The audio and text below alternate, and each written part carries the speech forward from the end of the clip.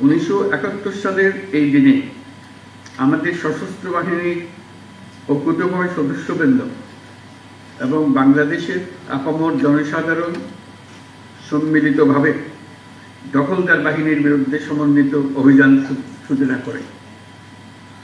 সেই ঐতিহাসিক অভিযানের ফলে আমাদের বিজয় ত্বরান্বিত হয় এবং সৈনিক জনতার অভূতপূর্ব আত্মত্যাগের ফলশ্রুতিতে আমরা স্বাধীন ও সার্বভৌম বাংলাদেশ অর্জন করি। আমি আজ গভীর শ্রদ্ধার সাথে স্মরণ করছি স্বাধীনতা যুদ্ধে শাহাদত বরণকারী সকল বীর শহীদদের এবং মহান আল্লাহর দরবারে তাদের বিদেহী আত্মার মাগফিরাত কামনা করছি। আমি সকল বীর মুক্তিযোদ্ধা পরিবারের সদস্য এবং সম্মানিত যুদ্ধাহত বীর মুক্তিযোদ্ধাগণের প্রতি আন্তরিক শ্রদ্ধা জ্ঞাপন করছি। তাদের পরিবারের অনেকে আজকে উপস্থিত আছেন, তাদেরকে আবারও সালাম জানাচ্ছি। একই সাথে আমি গভীর শ্রদ্ধার সাথে স্মরণ করছি জুলাই শহীদদের। সশস্ত্র বাহিনী বিভাগের এই আয়োজনে যে সকল খেতাবপ্রাপ্ত বীর মুক্তিযোদ্ধা ও তাদের উত্তরাধিকারীগণ উপস্থিত আছেন, তাদের জন্য রইল আমার বিনীত শ্রদ্ধা।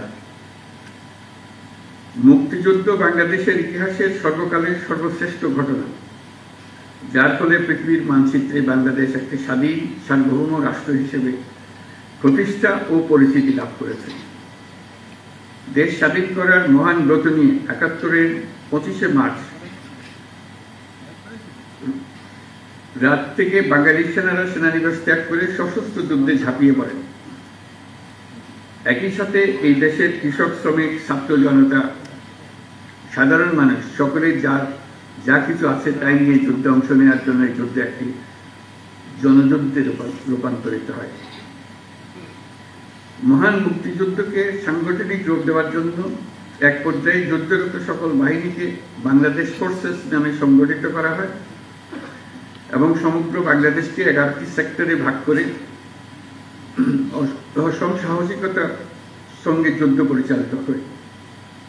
তৎকালীন পাকিস্তান নৌবাহিনীতে কর্মরত বাংলাদেশি সাবমেরিনার ও নাবিকদের সমন্বয়ে গড়ে ওঠা মুক্তিযুদ্ধের নৌ কমান্ডো দল অপারেশন জ্যাকপট নামে দুঃসাহসী আক্রমণ পরিচালনা করে বিভিন্ন নদী বন্দরে খাদ্য রসদ বোঝাই শত্রু জাহাজ ডুবিয়ে দেয় এবং বিমান বাহিনীর সদস্যদের নিয়ে গঠিত কিলো ফ্লাইট চট্টগ্রাম ও নারায়ণগঞ্জের জ্বালানি ডিপো সহ বিভিন্ন গুরুত্বপূর্ণ স্থাপনায় সফল আক্রমণ পরিচালনা করে।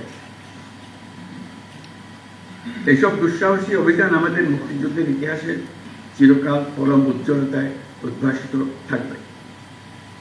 মহান মুক্তিযুদ্ধে সশস্ত্র বাহিনীর অবদানকে সাধারণ মানুষের আত্মত্যাগের সঙ্গে একীভূত করার উদ্দেশ্যে প্রতি বছর 21শে নভেম্বর পালিত হয় সশস্ত্র বাহিনী দিবস। আজকে সেই দিন। এই দিনে খেতাবপ্রাপ্ত বীর মুক্তিযোদ্ধা ও তাদের উত্তরাধিকারীদের সান্নিধ্যে আসার সুযোগ পেয়ে আমরা সকলে অনুপ্রাণিত। মহান মুক্তিযুদ্ধে বীরত্বপূর্ণ অবদানের স্বীকৃতিস্বরূপ বীর মুক্তিযোদ্ধাদের কল্যাণে বিভিন্ন কার্যক্রম পরিচালিত হচ্ছে। ভবিষ্যতেও এই ধারা অব্যাহত থাকবে বলে আমি আশাবাদী। সময়ের আবর্তে অধিকাংশ বীর মুক্তিযোদ্ধা আজ বয়সের ভারে ভারাক্রান্ত। দেশের বিভিন্ন স্থানে ছড়িয়ে থাকা বীর মুক্তিযোদ্ধাদের আনুষ্ঠানিকভাবে সম্মান জানানোর জন্য সশস্ত্র বাহিনী বিভাগ, সেনা, নৌ, বিমান বাহিনী প্রতি বছর সশস্ত্র বাহিনী দিবস উদযাপনকালে যে উদ্যোগ নিচ্ছে তা নিঃসন্দেহে প্রশংসনীয়। এই জন্য আমি তাদেরকে আন্তরিক ধন্যবাদ দিচ্ছি। বৈষম্যহীন, শোষণহীন, কল্যাণময় এবং মুক্ত রাষ্ট্রের জন্য যে স্বপ্ন নিয়ে মুক্তিযোদ্ধারা দেশ স্বাধীন করেছিলেন, আমরা তাদের সেই স্বপ্ন পূরণে অঙ্গীকারবদ্ধ। আমরা এখন থেকেই বাংলাদেশকে এমনভাবে গড়তে চাই যেন দেশের জনগণের সকল ক্ষমতার উৎস হয়। বাংলাদেশ যেন বিশ্বের দরবারে একটা মানবিক ও কল্যাণকর রাষ্ট্র হিসেবে সমাদৃত হয়। প্রযুক্তি, অর্থনীতি ও সামাজিক উন্নয়নের ক্ষেত্রে উন্নত বিশ্বের সাথে তাল মিলিয়ে আমাদের এগিয়ে যেতে হবে। সেই লক্ষ্যে আমাদের তরুণ সমাজ যেন সম্পদের সীমাবদ্ধতা থাকা সত্ত্বেও মেধার ভিত্তিতে নিজ নিজ সৃজনশীলতার বিকাশ ঘটিয়ে দেশ গঠনে অবদান রাখতে পারে, আমাদের সেই পরিবেশ নিশ্চিত করতে হবে।